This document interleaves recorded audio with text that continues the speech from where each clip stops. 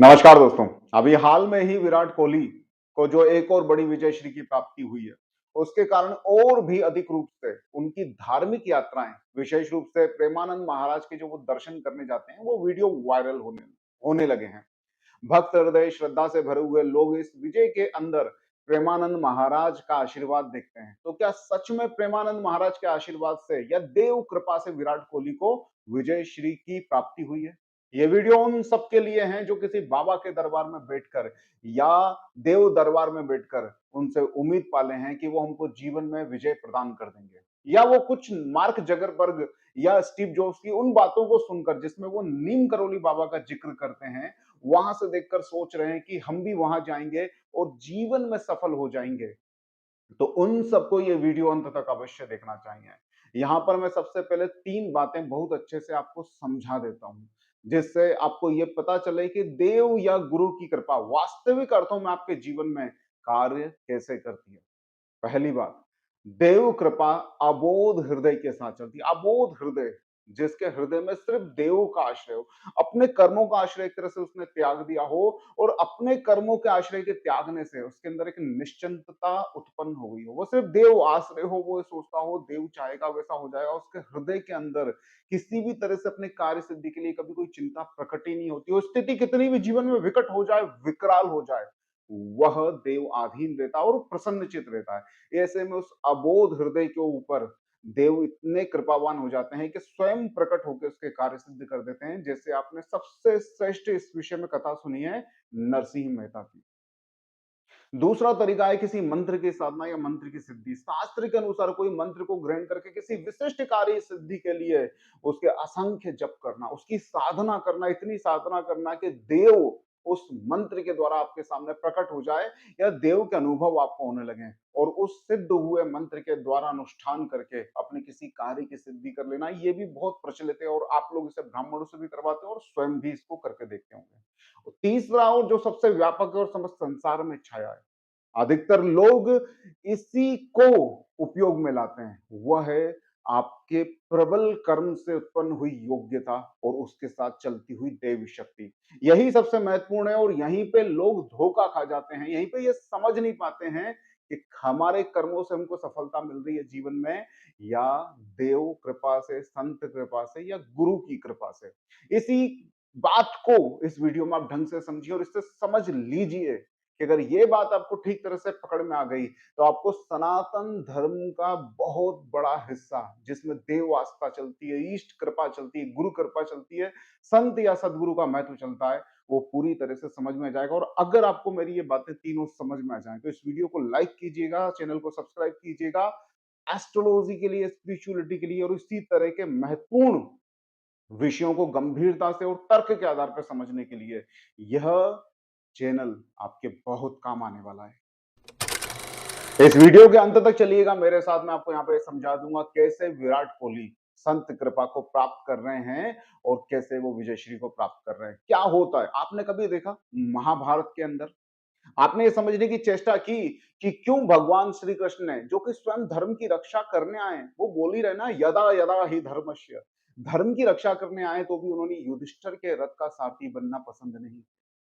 वो भक्त हृदय की रक्षा करने आए, लेकिन भक्त जैसे हृदय भीम के साथ, मतलब भीम के रथ का सारथी बनना भी उन्होंने उपयोगी नहीं समझा। वो ज्ञान का प्रवाह करने आए, लेकिन वो नकुल और सहदेव जो ज्ञानी थे, उनके रथ पर भी बैठकर उनका सारथी बनना, मतलब ज्ञान को राह दिखाना भी उन्होंने जरूरी नहीं समझा। वह सारथी बने अर्जुन के। वह सारथी बने एक ऐसे व्यक्ति के जो द्रोणाचार्य को संभवतः कृष्ण के बिना भी हराने की शक्ति रखता है।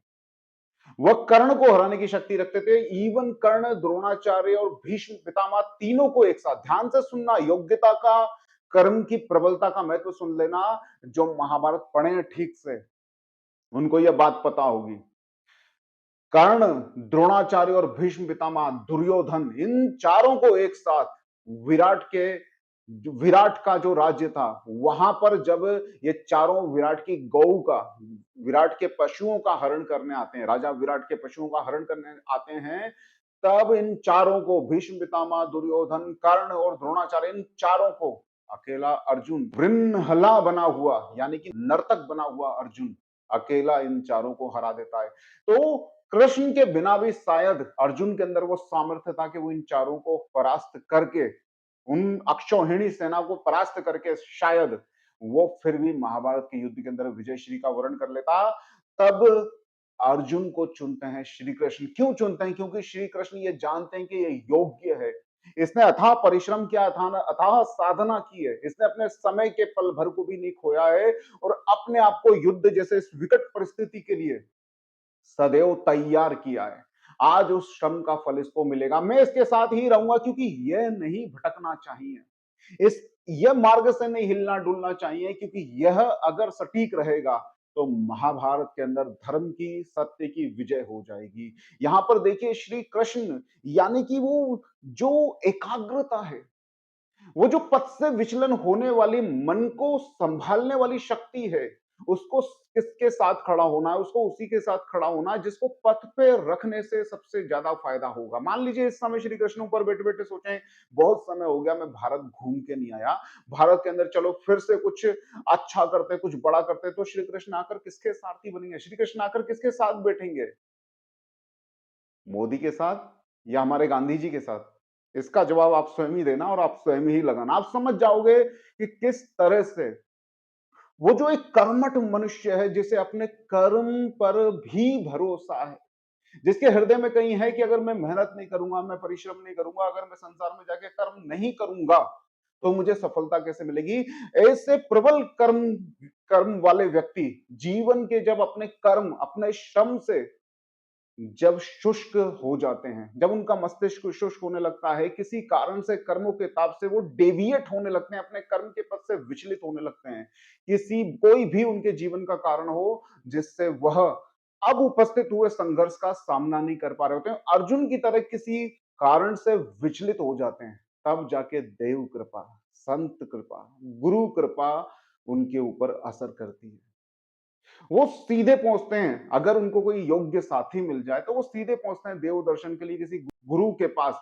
और गुरु, देव या कोई संत इस समय सिर्फ इतना करता है, उनका मन जो बार बार डेविएट हो रहा है, जो मन जो बार बार विचलित हो रहा है, जो मन के अंदर अब भ्रम संशय आ चुका है, जो अपनी योग्यताओं से ही वो अब अपने को जोड़ नहीं पा रहे हैं, वहां पर संत कृपा मात्र उनके सर पे हाथ रख के उनके मन को पुनः एकाग्र कर देती है। बाकी वो शक्ति, वो सामर्थ्य कौरवों को मिटा देने का अर्जुन में वास पहले से ही करता था, कृष्ण ने नहीं दिया। वहां पे खड़े होकर कृष्ण ने उनको प्रदान नहीं किया।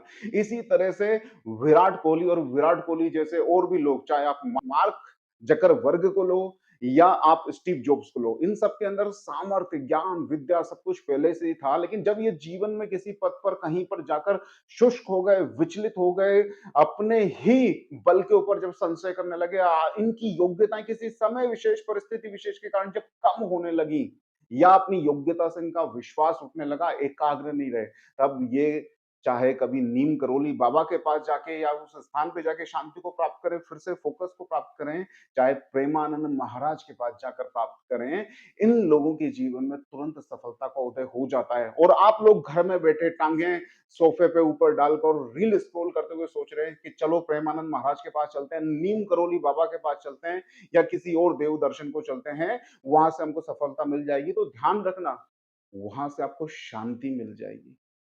सफलता के लिए अगर वो कर्म वाले मार्ग पे चल रहे हो, वो अबोध बालक जैसा हृदय आपका नहीं है और वो मंत्र की साधना के लिए आप निष्ठ नहीं हो, और कर्मों का अगर साथ में प्रबल परिश्रम का अगर आपने हृदय में कहीं साथ ले रखा है, तो वहां पर आपको उस देव कृपा से शांति मिल जाएगी।